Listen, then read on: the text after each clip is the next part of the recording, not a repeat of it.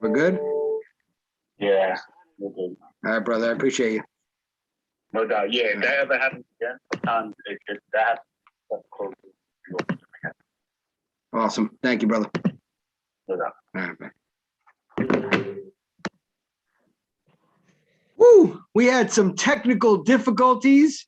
I know Small Hands Manny will try to blame it on me, but it is not my fault. Always your fault. But we had to call the EP. Ladies and gentlemen, it is Tuesday afternoon. You know what that means. It is the Fan Zone, brought to you by the Sports Hit List, for the fans, by the fans. I am Mike Phillips. Alongside me, he's usually Hoodie Manny in his Coliseum, but today he's Brooklyn's own. And there's a reason why you're Brooklyn's own today, because what are we doing later on, Mr. Manny Machado? What's going on, fellas? Appreciate everybody that's watching. But tonight, after this show, Mike, myself, and a couple others are going to be watching the Knicks versus the Nets. First game of the season against y'all at the Barclays Center. So we're gonna witness a slaughter, you know. Oh, I can't wait. You can go ahead and do your bing bong and all that crap inside Talk NYC. I don't even care anymore, all right? Joe Byron's my president. Listen, I'm going to tell you right now. That someone might be catching hands in the Barclays Center tonight. I don't know if it's going to be Manny or if it's going to be me, but someone's catching them hands. Someone's throwing you off the hands. balcony. With that being said, let's get into a great week of sports. The MLB wheeling and dealing. Some of these players, holy guacamole, the amount that they have been getting. And that's how you know a lockout is looming, when you got people getting 10-year deals, 325 mil, 3-year, 130 mil deals. You know there's a lockout looming, and they are trying to lock up these players before new agreements are had. What have you thought so far? I'm going to give my views later, but what have you thought so far about the MLB hot stove? Great for other teams. Yankees haven't done nothing. They're sleeping. Cashman's literally under the Tappan Sea Bridge or whatever, just chilling, doing nothing with himself. You know, Yankee fans are telling me, oh, relax, something will happen. I'm like, no, it's literally nothing has occurred. I haven't seen anything. I haven't even heard reports, oh, we're going to get this. Then I found the report just now, Freddie Freeman, the Yankees might be looking into getting him. And I'm like, why?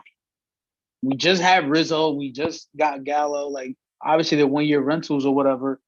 But I swear, I'm telling you right now, and I said this in the baseball chat, Brett Gardner's probably going to come back to the Yankees for 1 more year. And I'm going to blame Eddie. I'm going to blame Declan. And I'm going to blame all these idiots that prefer Brett Gardner and love Brett Gardner. Like, he's done already. Stop taking a roster spot. Now, Clint Frazier just went to the Cubs. I hope he does well, honestly, because the Yankees messed him up, honestly. What did he sign for? I didn't even see that. What did he sign for? I didn't even see. I didn't even know. It literally just popped up on Twitter for me. I didn't get to see how much. But I want to give a shout out to the fellas yesterday, Greg, Stefan, and Deck yesterday with Andrew Kahn again, showing why baseball is such an elite sport. And just like with the it's free agency, but look at all these moves happening. I know your Mets are really ecstatic now because you got Max Scherzer, man. Like, you got Eduardo Escobar, a guy who gets on base a lot. And you got Starling Marte. Like, you guys made some pickups. You filled up some gaps while losing Noah Syndergaard to the Angels. I understand you probably felt some type of way. I believe we discussed it last week. Yes. But you guys did something. The Yankees haven't filled any gaps, haven't addressed anything. They're looking into a Gold Glove shortstop, a young kid. He's 26, I believe. From he's Texas, from right? Yeah. Yeah. I was like, I wouldn't mind that. That's good. Get a young shortstop, give him a chance. Since we lost a bunch of other players and like we designated others, we lost trading pieces. That's what hurts us the most. So, your team is on the up and up. The Yankees are just literally below the Mendoza line. That's what it's looking like. So you say that the Mets are on the up and up, and you are correct in a certain degree that we are making the right moves and we finally have the right man in charge. And it's George Steinbrenner-esque, right? Where you have a couple of suitors that are throwing certain amount of money at a player, and then Steve Cohen, or Uncle Steve, as I like to call him, jumps over the top and says, no, you ain't taking him. But I have to tell you, during that whole Max Scherzer sweepstakes, right? All I could think of, this is going to be another Bauer situation. It's going to be another Bauer situation where everybody's going to say, he's coming, he's coming, he's coming. We're making songs for him. We're chanting for him on the 7 line. And then all of a sudden at the 25th hour, he's like, peace out, I'm out. And he never picks the Mets. I actually thought that was going to happen just because because he's a showman. Whenever Max Scherzer pitched against the Mets, it always seemed like he had that intensity against us. Maybe it was because the Washington-New York rivalry, but he always seemed to be so locked in. And I thought it was one of those, visions of like a Chipper Jones that just hated the Mets. So I never thought we had a shot.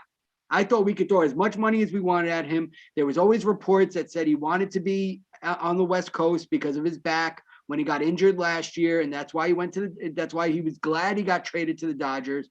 But then at 37 years old, lowest DRA of his career, 2.46 between the Nationals and the Dodgers. You can't pish posh that, right? A lot of people are like, well, you just gave 130 mil to a 37-year-old. Yeah, that 37-year-old is pitching better than a lot of other people right now. Exactly, and he's legit your number 2 starter, right after DeGrom. Jesus, that's like, I wish the Yankees would have did something like that, but we got Cole, and that's it. Yeah, that's what I'm saying. And your sweepstakes was with Garrett Cole, right? You got Garrett Cole, and that was like your big sweepstakes, and that's why they're saying that Cashman is a little too iffy right now on who he can sign because of the fact shit. That's what he is. Well, he's full of shit. That's it too. I understand that, but he is a little worried about how much to spend right now because of how much he also is trying to figure out. Do you re-sign Aaron Judge, right? So there's a lot of pieces to the Yankees, but you did make a move. You guys got a New York Met. You got Jose Peraza. You got him to a minor league deal. That's a good deal. He's a good utility man. Yeah. I'm not being mocking. I'm being serious. But so the Mets did make some moves. They got Escobar. They got Starling Marte. They got Mark Canha from the A's. And I apologize if I'm pronouncing his name wrong. There's a lot of different syllables in it. But they look good, right? They look good, but I'm still not convinced that they are World Series favorites. I'm being realistic because when we saw Francisco Lindor come, right? Towards the end of the season, he started picking it up. He started hitting some home runs. He started playing more offensively. Defensively, obviously, he's a stud. Starling Marte, we're paying him off of his best year last year, speed-wise, right? So we're paying him for his speed. A lot of critics are saying that he's probably going to be in your starting center fielder for at least 2 out of those 4 years, maybe 3. And then that 4th year, you're putting him on this in the corner. I do like that it opens up Brandon Nimmo to play more naturally in the corners. He played well as he could in center field, but he looked uncomfortable at times, right? He was just a fast player, so he was able to do more. What also is good about it is these players that they're bringing in are good players for the clubhouse. And Escobar, Acana, they're veterans that know how to help these younger guys. Think about it. Pete Alonso is still considered a young guy, even though he's been in the league for 3 or 4 years. Bringing in someone like a Javi Baez wasn't the right move. I'm glad we did not re-sign him. I might be one of the only New York Met fans that says good riddance. I didn't want him on the team. I didn't want him on the team because, yeah, you can play well against the Mets, but when he was playing on the Mets, he had spurts here and there, but he never really clicked. And I actually think it was more detrimental to Lindor because of the relationship he had with him.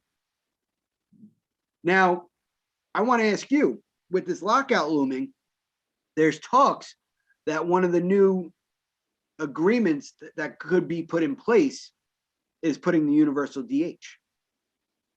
So now with the NL, you have to think about adding veteran presence or within your clubhouse already. If you're adding these pieces, like say automatically we already added Escobar, he could play third base. We added these pieces. JD Davis, right? Does he now become your DH?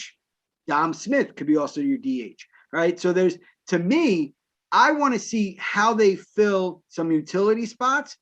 And I'm not convinced on that pitching staff.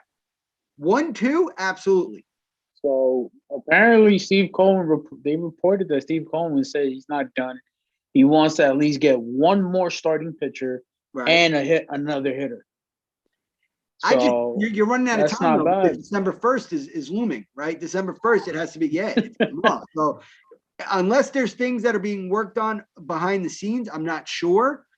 But my feeling is that I'm not convinced with Carlos Carrasco as a back end starter. Fifth option, maybe put him in relief. Right, I would put him in the bullpen. So I would have actually I didn't like what happened with him and the way he spoke about the organization, Stroman. I would have liked to have brought him back, but I don't know what they do now because of how much money they've dished out for Mad Max. So I don't know if they can bring him back. The other thing that's looming on this 3-year contract is now DeGrom is going to get the money back when he is up for another contract. And Uncle Steve better give him like 50 mil a year to keep him.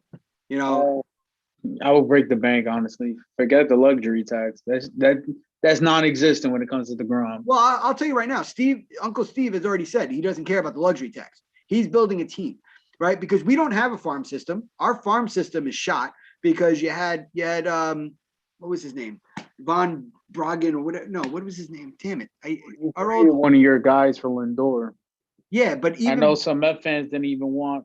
I know like Joe Greg, a couple of Met fans, they were talking about like they didn't want one key player. I forgot his name.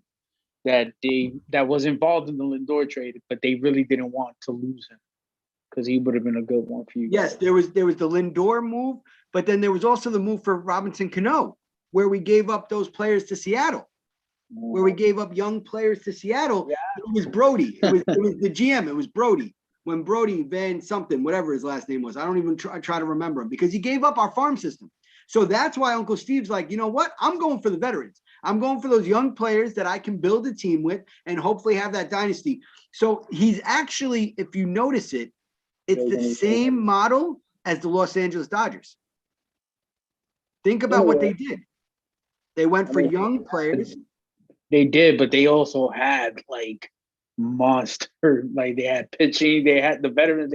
Come on, man, you added Mookie Betts, you had Kershaw. I mean, but you added them. Bauer. You did, but I mean, they still won the chip at the end of the day. They still won the World Series.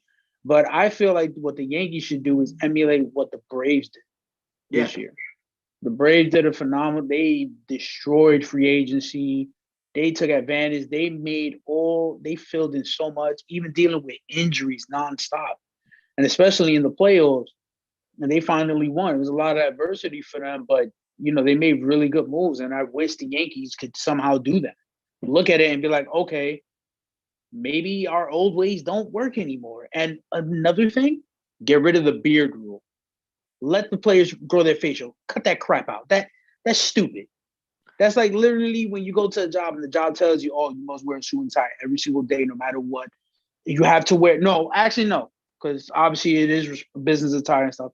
I'm talking about like they tell you got to wear a specific brand the entire time you work for that company. Like, oh, you have to wear Armani suits every single day.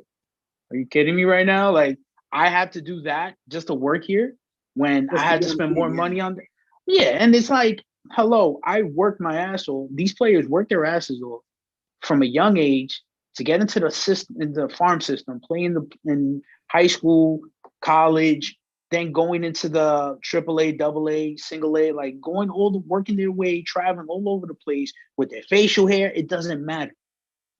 And somehow you're trying to tell them, hey, we'll pay you good money, but you got to shave the beard. You got to shave this off just because that's how we are. Like, I get it. every team has their own like specific thing to do, but I think the Yankees just need to get with the times. This No, is they not the do. 19. This is not the 1900s anymore. Cut You the know, BS. and that's why I think a lot of people always considered them the corporate circle, right? Because they had to be clean cut. They're getting this massive contracts, for years. At least when for both of us growing up in the 90s and 2000s, you see all these free agents, right? Like if we were going through the free agent market right now, and we took this free agent market and put it in the 90s and 2000s when George Steinbrenner was still alive, I can guarantee you 75% of those players would be a New York Yankee. Just Max because they Scherzer could have found a way. guaranteed. Oh, Max Max Scherzer Scherzer, would, Robbie Ray, yeah, Carlos they would have Correa. all been. Somehow we would have got Seager and Carlos Correa if Steinbrenner was still alive. No, and I guarantee it would have happened, but because of that whole corporate mentality, right? It was a business. But then you had other teams that were against the grain, like the New York Mets, for example, right? We were called the Mutts, right? Because because there's an idea to it of just having fun. And I think that's why there's so much of a seriousness. And at least for me watching the Yankees, sometimes it's boring to me because I feel like it's too much of a serious mentality instead of like the Mets. You have like the party and the fun, the excitement. The thing is, other teams are getting accustomed to the times now. Well, yeah, absolutely. Whereas the Yankees are like that stubborn family member that still lives like they were in 1950, 1960, where it's like, all right, we're going to keep it this way, just like it was my entire life growing up. Like, no, cut the BS. Mm-hmm. Get rid of this facial hair crap, because a lot of players, they don't want to cut their thing. They want to play, but they also want to, obviously this whole, I feel like as a Yankee fan, it's not fun to go play in Yankee Stadium. Yeah, some of the Yankee fans are loyal and you love to play for the Bronx, but it's like you go there and it's like, okay, this is where if I do good one game, I get booed the next. Obviously, New York media will destroy and have their fun. But it's like, I believe Smoke and Mirrors, the fellas over there, they alluded to it, that it's more fun to play in Citi Field. And they have an owner that literally is just blowing money. He doesn't care. Where the Steinbrenner kids are literally just like, okay, we paid a lot of money for one guy. That's it. Everybody else, here's a bunch of breadcrumbs. Do what you got to do. So let me ask you, in your opinion, as a fan, what do you think's the better model? Longevity-wise, for a team, right? You're running a team, and now think of it as a fan perspective, what you want to see and what you think is actually good for your team. Do you think these monster contracts, like a Corey Seager, a Mad Max, are good for a franchise? Or do you think going for the crumbs and getting those utility players and being able to build a team out of that and a young team is the best quality? The thing is, if you go with the young team, it's going to take time for them to develop. Kind of like what the Blue Jays have done. They have a young core. They added some veterans and stuff last year. They built that up. But now Marcus Semien, shout out to him getting that bag. Yeah. He was in the MVP race as well. He was fourth, I believe. He went to the Rangers. Corey Seager got his money. Went to the Rangers, a champion, by the way. Then you have all these other players. Robbie Ray went to the Mariners. Like you won the Cy Young last year. Like you proved yourself. So like, if the Blue Jays were able to keep him, that would have been great. But you know what? At the end of the day, the players got to think for themselves sometimes. You got to be a little selfish at times. Like, get that money. You bet on yourself. At the end of the day, you're the person that got yourself into the league. Everybody maybe helped along the way, but guess what? They riding that wave now that you made it and then you got paid. And we're not going to, well-deserved to all those players that got their money. At the end of the day, Javi Baez, obviously he wanted more years, I believe. That's why he didn't stick with the Mets. He wanted to go under 200 mil, I believe, according to Andrew on Smoke and Mirrors yesterday. Shout out to Andrew Kahn, man. Dude dropped gems last night. That was great. I actually really enjoyed that last night. And shout out to Greg, Steph, and Declan. You guys, great show yesterday on that, especially emphasizing more on baseball. But I wanted to segue really quickly This is the fan zone, and we talk about, certain events that occur, especially including fans. And one particular event last week, LeBron James is playing, and he got the refs to kick out, and security to kick out 2 fans that were sitting courtside. Now, social media, everybody reacted. We all did. I did too. I was like, wow, really? Let's snitch. He's getting rid of fans now. But we didn't know what they said until it was stated and reported that these 2 piece of shit fans, scumbags, decided told LeBron, I hope your kid dies in a car accident. Like, what? Like, LeBron cut being a player right there. He became dad. He became a full dad right now. Full dad mode. And was like, are you serious? First off, yes, you sit in courtside seats. You got money, whatever. You sat there. Just because you watched the game doesn't mean just because the players are playing, I would not have been mad if LeBron snuffed the guy, honestly. Obviously, not hit the woman. We don't do that. But I would have hit the guy, unfortunately, because honestly, the fact that you literally told a father that you hope his kid dies in a car accident, are you kidding me? With all the stuff going on in this world, of all the things you could say, like you could talk like, oh, you're trash, oh, you shot an airboat, you're whack. But you can say all this stuff, but you mentioned a man's kid dying, and you wishing that their kid died in a car crash. That's beyond disrespectful. You deserve to get punched in the face right then and there. I don't even care. I hope they both get banned for life. I don't care, and should never be allowed to go to any arena in any sport. I don't care anymore at that point. Like, that's a permanent ban for every sporting event. Because there's just certain things you don't say, and that is one of the biggest things you never say. So I don't know if you can notice, maybe the lighting, whatever, but how red I'm getting right now. Oh yeah. And I'm gonna try to be somewhat as calm as possible on how I describe the situation, because when I read this, and we spoke offline about this, it ripped me apart. Not as just a father, but as a human being. It goes back to what we spoke about one of our first episodes with the idea of shut up and dribble, right? Where certain fans, feel that you're just their entertainment, not realizing that they have a family, not realizing that they're a human being, right?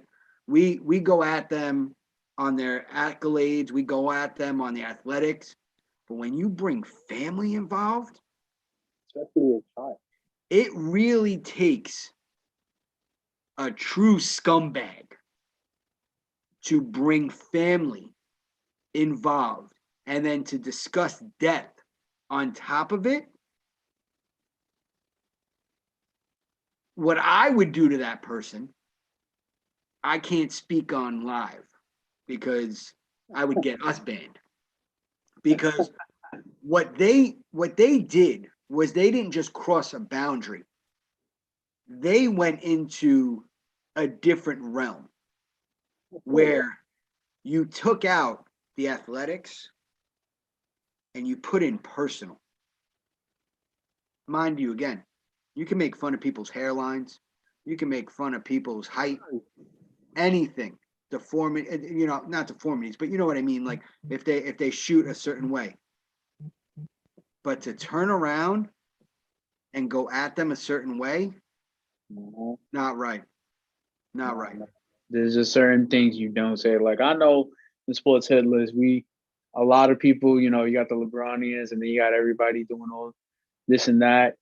But I just literally, we say a lot of stuff about LeBron, but we never mention anything about his kids. That's one. And then I know a couple weeks ago, I think, or a couple months ago, Bronny was at a game, was playing, and a fan had a China flag. Hold on. And put like LeBron on it, or LeBron's face on it, and was like coming at Bronny. And it's like, you do that because LeBron's not there.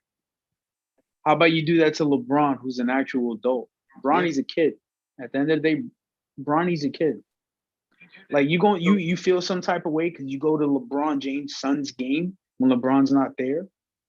Like, like you act like just because they're athletes, you can just go ahead and attack their kids and stuff like that, thinking it's safe. Like, no, because seriously, if I was LeBron James' wife at that game, I probably would have smacked the woman if it was a woman that did it. Honestly, like it's just there's a fine line, but that was probably one of the worst things I've heard compared to the stuff I've heard playing on Call of Duty online back in the day. Like even now, like it's just again certain fans you can't be saying stuff like that. So I do have I have our EP on the phone. He actually called in.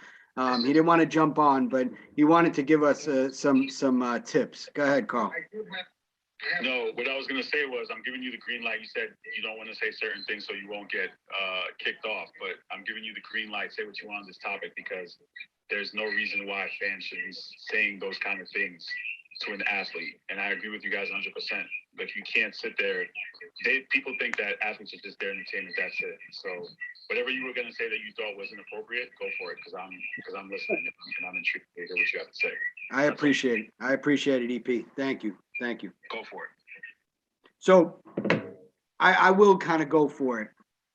You pieces of shit think that you can pay money, and because you paid money to sit courtside, it gives you the right to turn around to anybody, and even say something like that means you're the lowest pieces of shit I have ever seen. You should not just be banned from arenas. You should be ridiculed like you've tried to ridicule others. To go to somebody's job, and that is what it is. It is their job because at the end of the day, they still go home to their family. And to turn around and tell them that you want their child to die? You piece of shit should understand that at the end of the day, you are the ass. Because what's happening is you just made yourself enemy number one. LeBron will still be able to go home and hug his children. LeBron will still be able to play his game. But for you to think you could go there, sit there, eat your popcorn, and what? Toss things to them and shout things to them like you're in a zoo? It's not a zoo. Even animals should be treated with more class than how you treated LeBron James. And I'm not a Bronnian. I'm a human being. Who do you think you are to ever think to say something like that, drunk, sober, high? I don't know what you were, but to think that that was appropriate at any means shows how much of a lowlife you are, and you are the reason why fans get bad names. You are the reason why players are so afraid to acknowledge fans, to interact with fans, because they don't know how to act. It goes back to what we talked about with Russell Westbrook getting popcorn poured on him. These are not circus acts. These are human beings. Treat them like that. They'll still have careers after that. They'll still have a life after that. But for you to turn around and make them look like they're circus animals, look like they're just there for entertainment, makes you a piece of shit. One thing I would say to add to that, I hope both of them play in traffic. Honestly, I really don't care what happens to them going forward. That's just me. You know, I'm not a father or nothing, but I have nieces and nephews and, you know, godkids, and, you know, I treat them like they my own. At the end of the day, I have a little sister too, so I will feel some type of way. Somebody just tells me straight up, oh, while I'm at work, like, oh, I hope your child dies. Like, wait, what? No. I'm a father. I'm gonna need you to step into the Coliseum with me right now. If I heard that as a Feed you to the fan, Lions. and you know what? Shame on the fans that told us later on what they were saying. Because They should have reacted, yes, honestly. if I heard that, Or reported to security right away. Report to security, I'm taking my beer, I'm shoving it in your face. I don't care because you think that is okay to say? Yeah. Are you kidding me? And again, to our fans, I apologize for getting so heated. But as a human being, as a person that wants equality amongst all, that who is a father, when I hear things like that, the Irishman in me really shows, as you can see by my ears. But it still gets me boiled, and it still shows me that fans get bad raps because of certain people, because of certain rotten apples, because of certain bad apples. Fans can't enjoy the game. Heckling is good. Heckling is fun. We all do it. We do it with each other. Mm-hmm. Friendly banter is fine, but when you cross the line with personal, when you cross the line with family, when you cross the line with racism. When you cross the line wishing death on somebody. Serious. Because remember also, and I'm going to go here, these were two white individuals going after LeBron and his family. Mm-hmm. That's a racial undertone that nobody's talking about. Why do they think they're better than him to be able to talk about his family and wish death on his family like that? What makes them better? Because they paid a fucking $1,000 to sit at courtside? They paid $1,000 at courtside because LeBron was in their arena. That's why the tickets were so high. So you should be thanking LeBron to making your team relevant. Facts.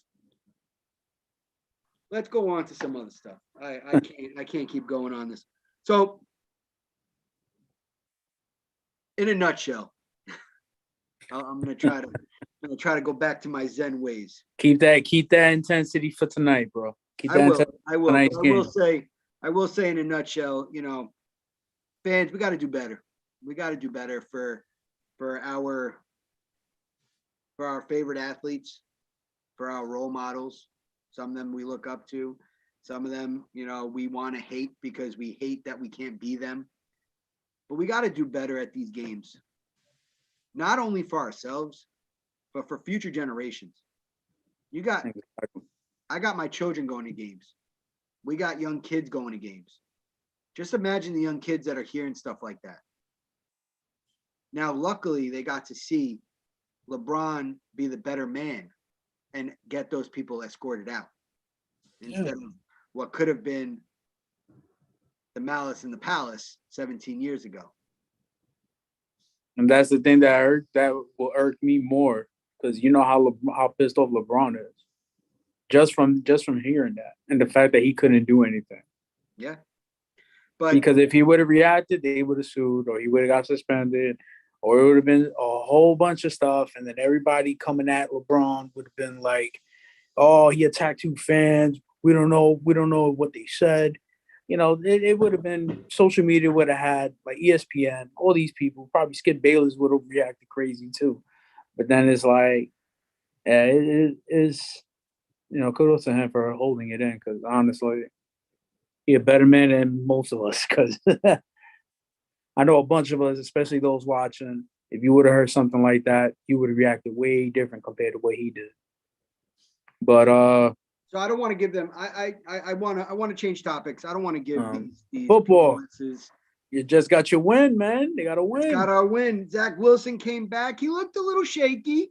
But you know what I do like about this, and I actually won money on it. I did bet for the Jets again, because you had 2-8 teams. There was no way you couldn't do it. I went to a wedding in New Jersey on Saturday, so I had the opportunity to go on Bet MGM, and I was like, you know what? I'm gonna put a couple of dollars on the Jets, and I won, so I was happy. But with that being said, there's still hope that we can have a okay season. I'm not saying playoffs. There's no way of playoffs at this point. But we need to really figure out our defense going into this offseason. We need to get some veterans in that secondary to be able to assist us because we're still getting burned too quickly. Tyrod Taylor looked like Peyton Manning, not Eli. Stop it. Peyton Manning throwing some of those bombs, and we couldn't do anything about it. So we still have some iffiness with that. But you should be excited as a Jet fan for the fact that you guys might be getting another high draft pick because of the Seattle Seahawks when you traded Jamal Adams for him for Did picks. You see that? I saw that we actually could get 4 and 5. Whew, that's beautiful. Yeah, we could get right now. I actually just saw the mock draft. It said that I think we were 4 and 5 or 5 and 6, but we were back to back, and then the Giants were up there too, with like in the top 10 as well. So New York could make some noise. It's really just what we do with that, right? I want to talk about the Giants for a second. Okay. You get and I have to say eloquently, Declan spoke about it. You get rid of Garrett, but you had Kitchens, but you really still didn't put up points. You still only put up 13 points. So my question, and Declan, I would love for you to answer, or we could have you on next week or whatever. But I want to know: is it the Giants' offense, or is it the offensive coordinator? Right? Because now you have a different offensive coordinator, but the points are still not there. So there's still something not clicking, and I'm not gonna. It's Daniel Jones. Listen, see, I wasn't gonna go there. I was gonna say it, be nice for once and not talk about Daniel Jones. But I will say that I think there is a lot to be said about the offense still having their woes, and Saquon played, right, so you can't really say, and I actually was speaking. Shout out to my good buddy Rob Oliva, who's a big Giants fan. We're actually going to try to get him on in a couple of weeks for one of our rivalry segments, him against the Cowboys fan.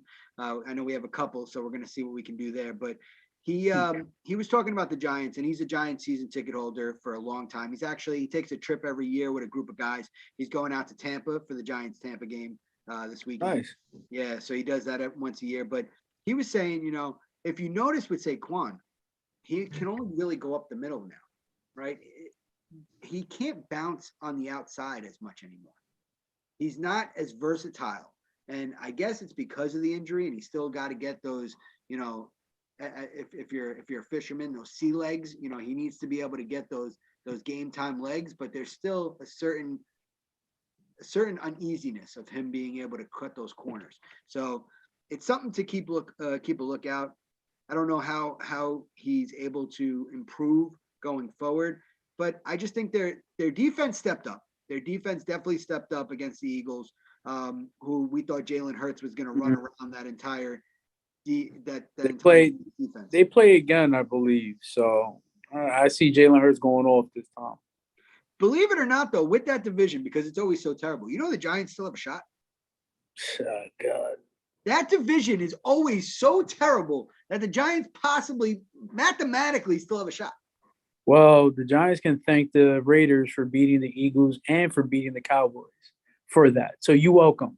And now we play the Redskins going into this week, and if we beat them, we're what, 3-1 against that division? The Washington football team.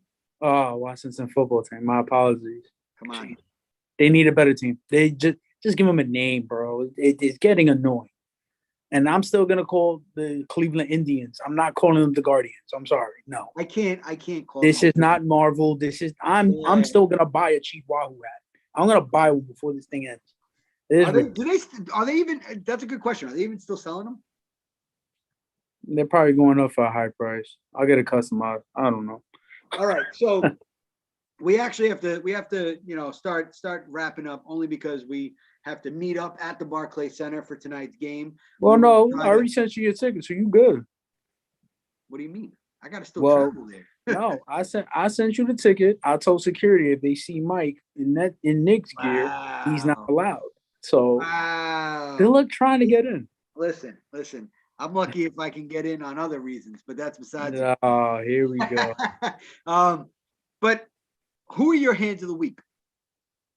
My hands of the week go to the two scumbag fans Okay. on what they said to LeBron and Brian Cashman and the Steinbrenners. Okay. Every single one of them deserve the hands. 1,000%. Like, until I see something, because again, there's still reports that they were trying to discuss with the CBA and all that stuff, and it didn't work. It didn't go well. So we'll find out going into tomorrow what occurs regarding the MLB. But I do want to mention one thing though. So Nikola Jokic, you know, a couple weeks ago he had that game against the Heat. You know, Markieff Morris throws in that dirty elbow. He turns around. Jokic bum rushes in because he don't play that. Yep. And everybody try to bum rush. Then the Heat players, especially Jimmy Butler's fake ass, decides to want to be tough guy. Like I can't stand it at this point. Like then they put that picture of them outside the locker room waiting for them. Like cut the theatrics. That's all social media BS. It was like WWE. It was like WWE. I thought they were going to get a ladder match going or something. I thought the cage was going to come out. Bro, I was ready for WrestleMania. And then what happens? Jimmy Butler doesn't play yesterday because of his tailbone injury or whatever, meaning he was scared. And I said it, Heat fans, Andres, Kasim, and Anthony, all bums. He got smoked last night. And then what ended up happening? The icing on the cake. Jokic brothers were there. And Haslam comes in saying, oh, they better not act up in Miami because this is my city. I'm like, first off, Haslam, shut up. You're 50 years old on a roster, taking up a roster spot for some kid or somebody else that could play when you could just be a freaking player, coach. Go get on the coaching staff. Miami loves you, obviously, but just go to the coaching staff. Give somebody else a roster spot. Yep. It's good to at least give some type of talent. Like if they blowing out a team, they can have the young guys get some play. Do something. You're taking up a spot for what? To get fouls and all that stuff? Oh, man, you look 50 years old playing. Stop it. You barely play. You get these BS fouls, then you want to be tough and all this and that. Shut up. Miami don't love you. Beard? Oh, God. He should go to the Yankees so he can get that shaved off. We'll give him $500 million for nothing, for moral support. Oh, my God. But Jokic goes out after the game, celebrates with his brothers, and Miami loves it. And they end up playing the Serbian anthem. Yes, I heard that. Yeah, oh my God, that was the best. I read about that this morning. I was like, I wish I was there. That would have been epic. I saw the video. I loved it. I thought it was great. I'm like, Jokic literally just shitted on Miami, and Miami just embraced him. Like that's what being a fan is, right? You're a fan of the sport. You enjoy it. You enjoy it, right? The Miami fans, if they were like these two pieces of shit that we talked about before, obviously they would have been going after Jokic, right? And his brothers. But no, I mean, honestly, they understand talent and they understand it's a part of the game. Yeah. I mean, if Miami would have pulled out the win, they could have talked all the trash they want. But they didn't. They got smoked. I don't want to hear it. And I know probably people going to mention, but the Nets got smoked by the Suns. Suns are the hottest team right now. They are. Honestly, and the Warriors. The Knicks got smoked by dude. I'm tight because after the game tonight, I'm trying to rush home because I want to see this Suns versus Warriors. This is a great matchup. Literally, tonight is a great matchup. One, Brooklyn versus the Knicks. Then you have the Warriors versus the Suns. So it's like it's gonna be a great night of basketball, honestly. So shout out to the basketball fellows. Looking forward to the My Show tomorrow regarding that. So let me ask you this, and I want you to be realistic. How many points does KD put up tonight? KD drops 50. All right. KD dropping 50. Okay. All right? I'm being biased. I don't care. What about Harden? My arena. You come to my arena. What about Harden? Harden, triple-double, 25.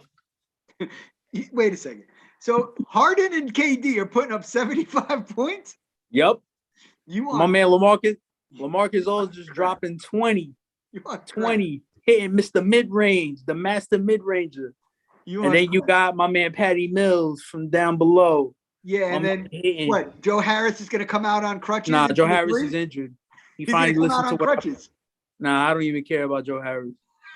He's what Joe Harris is equivalent to what Evan Fournier is to Knicks fans, because I know Knicks fans that hate Evan Fournier.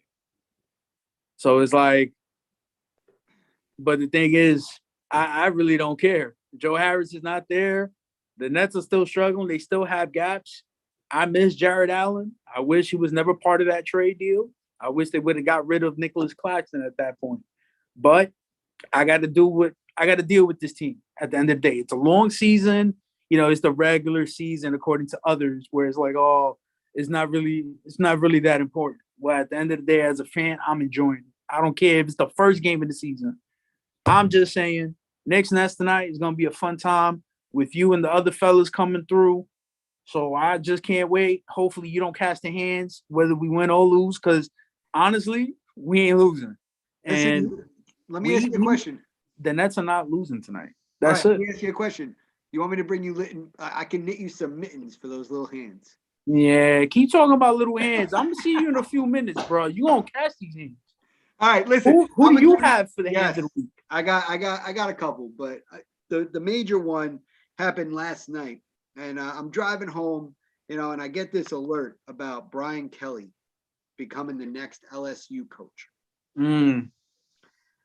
How do you come out with that type of news towards the end of a season, but still when Notre Dame is in contention for a possible bowl game? Mm-hmm. They have an opportunity to be in the top 4, and the players didn't even know anything. The media were the first ones to tell them. There has been a report that Brian Kelly actually sent them a text message going, yes, it's true. I'm on my way back. Oh, to the players, he apologized and stuff. I'm sorry that you had to find out like this, but I wanted to tell you in person, this and that. But still, that news, whether he was signing or not, that news can't happen at the end of a season. Like, there's reports that he might become the next coach, but we'll see at the end of this.